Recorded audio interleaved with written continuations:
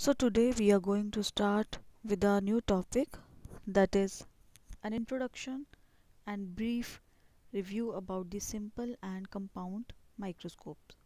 So there are different types of microscopes and each of these has different purposes for use. Some are suitable for biological applications, some are used in the educational institutions. There are also microscopes that find their application in metallurgy, that is in chemical studies, in study of metal structures and in studying of 3D samples. So the basic types of microscopes that we are going to do in this video are simple and compound microscopes. Other than these, there are electron microscopes, phase contrast microscopes also. So let us start with a simple microscope. A simple microscope is defined as a type of microscope that uses a single lens for the magnification of a particular sample. So a simple microscope is a convex lens with a small focal length. So let us see the different parts of simple microscope. So here we have the base of microscope, then this is the entire body of microscope, then we have eyepiece from where we see the sample. Here is the nose piece. These are the objectives, two objectives that we can see. This is a stage for putting up the specimen, and there is an aperture for diaphragm. So this is the basic structure of a simple microscope.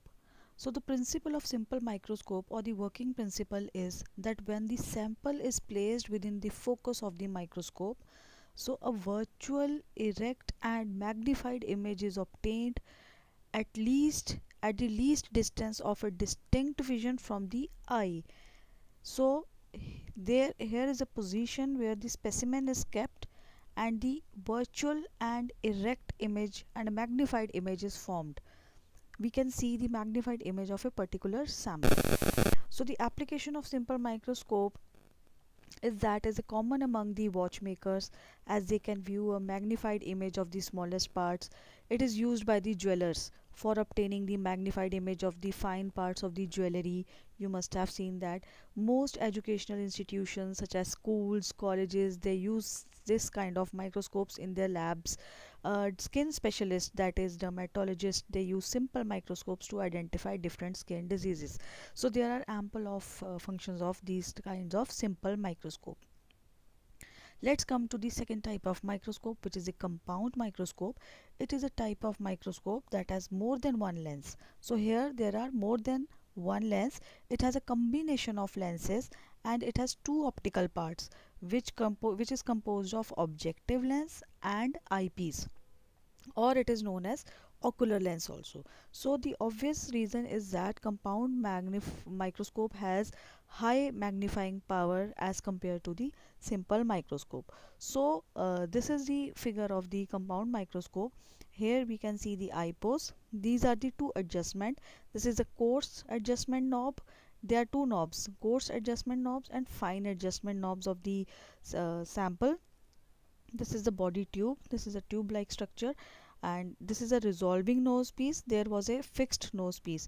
These are the objectives, which may be 10x, 40x and 100x. So these are the magnification values for which the specimen gets magnified.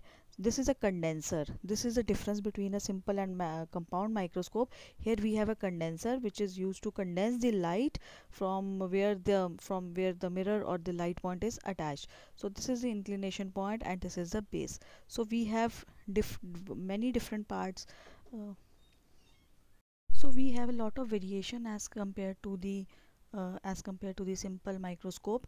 It is a higher version of simple microscope. We get to see the high magnified image for a particular sample because of the presence of combination of lenses and obviously the presence of condenser. So the principle of this microscope is that the combination of lenses, it increases, it enhances the magnification of the sample. So the sample, it is first viewed as a primary image in the tube, and then it is viewed again in the eyepiece. So here first it is seen in the body tube and then it is seen through the eyepiece. So the study of very minute structures such as bacteria, viruses, it is possible with the help of these kinds of microscopes, as simple microscopes cannot be used for their identification or their visibility. And a compound microscope has also find its very good application in forensic laboratories and in metallurgy.